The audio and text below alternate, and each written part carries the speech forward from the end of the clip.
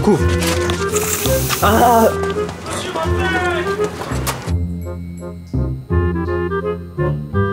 Wesh, de quoi tu me parles, Charonne? Les Atlantiques, Bélec. Les Atlantides, là, t'es ni mourante, les dauphins, mais t'es un extravagant, poteau. C'est toi t'en parles dans l'Écosse.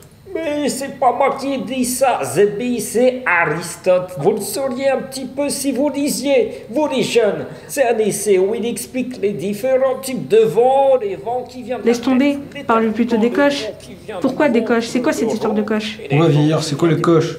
Oh, mais ça, c'est une longue histoire. Ça concerne mon gendre, en fait. Mon gendre, c'est quelqu'un d'adorable. Il m'a invité une fois à son club de plongée. Il enfile une belle petite tenue toute moulante, on dirait un Atlantide, je vous jure. Parce qu'avant d'aller dans l'eau, il faut forcément commencer à pratiquer un petit peu la machine du corps, n'est-ce pas?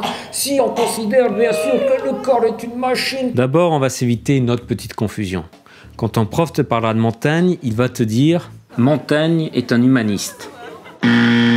Est-ce qu'on parle des droits de l'homme? Est-ce qu'on parle de tolérance? Est-ce qu'on parle de tiers-mondisme ou du prix Nobel pour la paix? La vérité, hein, quand une célébrité meurt, on entend à la télé, c'était un humaniste. Silence! Ton prof alors, il te semble gentil, tolérant, pacifique? Non, n'oublie jamais que ton prof de français ne parle pas le français. Tu dis positif, il dit amélioratif. Tu dis négatif, il dit péjoratif. Eh ben, humaniste dans sa bouche, ça n'a rien à voir avec humaniste dans la tienne. L'humaniste, c'est quelqu'un qui appartient au mouvement culturel de l'humanisme. L'humanisme, c'est simplement un mouvement culturel du 15e, 16e siècle en 3 points. 3 points simples, élémentaires. Premier point, la redécouverte des textes antiques. Ben oui, parce qu'avant c'était Jésus, Jésus, Jésus, Jésus, Jésus. On n'avait pas attendu Jésus-Christ pour apprendre à lire et à écrire. Déjà, avec l'Antiquité, il y a une énorme masse de textes et d'œuvres à disposition. Donc tout simplement, à un moment, on s'est quand même dit, ouais, pourquoi on n'irait pas voir de ce côté-là pour changer ? Et là... Waouh, qu'est-ce que c'est que ce truc là? Les Grecs et les Romains, mais ils avaient déjà pensé à tout, ils en avaient là-dedans. Faut les relire et puis c'est tout. Donc ça nous renvoie au second point maintenant, la découverte de l'imprimerie. Avant, pour écrire un bouquin, il fallait le copier à la main. Toi, imagine-toi, déjà on te demande 3 lignes à copier dans ton cahier, c'est bon, t'as le cancer des phalanges. Alors là, imagine pour tout un bouquin.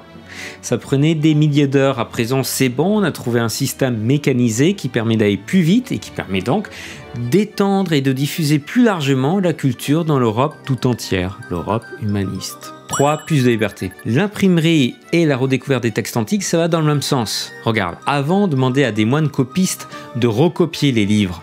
Les moines copistes étaient les seuls qui avaient le temps. Or, les moines copistes sont des religieux qui dépendent de l'église chrétienne. Maintenant, on se permet de lire des livres qui sont imprimés industriellement et qui, par ailleurs, ne sont pas forcément des livres d'auteurs chrétiens. L'église chrétienne perd de l'influence. Et les gens commencent à avoir leur propre culture, à développer leur propre manière de penser, et c'est en cela qu'on gagne en liberté. C'est pour ça que les humanismes ont commencé à se chauffer. Ils ont cru un peu comme Scarface que l'avenir leur appartenait. Mais t'as vu ce que c'était l'avenir? Les guerres de religion. Miskin l'humanisme. Et donc, s'il faut se souvenir de quelque chose, c'est de ça. Montaigne, ce qu'il admire par-dessus tout, jamais, jamais ce sont les indigènes d'Amérique. Non, ce qui l'intéresse, lui, c'est les Romains, c'est les Grecs, c'est les Antiques, c'est l'Antiquité en général. Donc le mythe du banc sauvage, tu peux le mentionner, mais tu ne mets pas trop en avant. Hein. Tu réfléchis, t'es stratégique. Il y a bien un lien, parce que quand même, il y a une valorisation de la figure de l'indigène, mais attention, attention, jamais, jamais Montaigne ne dit qu'on doit en revenir à un état de nature. Lui, ce qui l'intéresse, c'est l'Antiquité, d'accord ? Et surtout, tu ne fais pas comme j'ai pu l'entendre, y compris dans la bouche de certains profs, hein, que Montaigne défend le cannibalisme.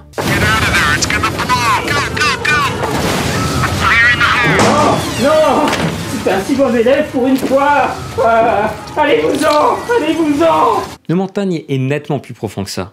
C'est pas un de ces babes toutes basses qui va dire « Oui, moi, monsieur, j'ai des amis cannibales » dès qu'on l'accuse d'être énocentré. Montaigne est le roi de l'embrouille. Regarde comment il commence à parler d'un sujet et en même temps il en ramène 1000 autres à la fois. À ton avis, pourquoi le Montaigne passe son temps à changer de sujet? Eh bien tout simplement parce qu'il juge que l'être humain, son esprit, sa pensée est changeant. Aujourd'hui, je parle d'un sujet, demain, je parlerai d'un autre sujet. On n'est jamais identique à soi. On change, on bouge. Souviens-toi de tes années collège. Est-ce que tu pensais pareil? Est-ce que tu avais les mêmes soucis? Est-ce que tu avais les mêmes délires, les mêmes désirs? Et pourtant, c'était il y a combien de temps? Il y a peut-être 2-3 ans. Eh bien, rends-toi compte que les essais, c'est pas 2-3 ans, c'est 20 ans. 20 ans de changement, 20 ans de transformation, à reprendre, commenter, recommenter chaque phrase. Rien n'est fixe. Montaigne. Je te donne un exemple dans le mille. Durant les guerres de religion, grosse guerre civile, le civilisé a été le pire des sauvages.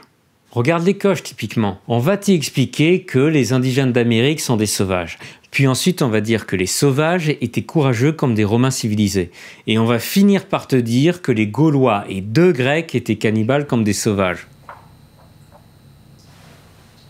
Le roi de l'embrouille. Il n'y a pas d'autre terme. Parce qu'il a veut cette confusion. Cette confusion qui fait qu'on ne sait plus vraiment qui est qui. Qu'on n'est plus tout à fait sûr si c'est bien nous les civilisés ou quoi. Et que du coup on ne peut plus se permettre de montrer les autres du doigt en disant « eux les sauvages », « eux les barbares »,« eux les primitifs »,« eux les arriérés ». Lorsque la nuance entre ce sont des êtres humains pas comme nous et ce ne sont pas des êtres humains comme nous permet toutes les violences, tous les abus. Je me souviens de la guerre civile, quand une partie des Français avait décidé que l'autre partie n'était pas française, parce qu'ils avaient oublié que les sociétés, les cultures, c'est comme les individus, ça évolue dans le temps.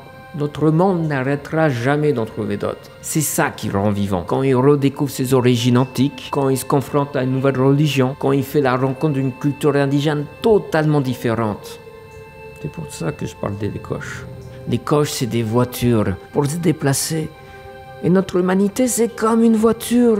On y est toujours en mouvement, jamais fixe. Du coup, il faut savoir s'y faire quand on a le mal des transports. Vous voyez? Savoir rester en mouvement. Vous voyez? Tu vois pas, Zébé, tu vois pas, tu vas voir, moi je te jure. Allez, viens que je te fasse les poches tranquillement au KLM. Tiens, fais-moi voir. Les jeunes, ils gagnent plus rien du tout. Hein. Où est-ce qu'ils mettent l'argent à des savoirs de fumer encore? Ah, cercueil de tes morts, il y a vraiment rien. J'allais voir mon jaune, tiens. Alors? Je sais pas, y a rien écrit nulle part. Mais c'est quoi une coche?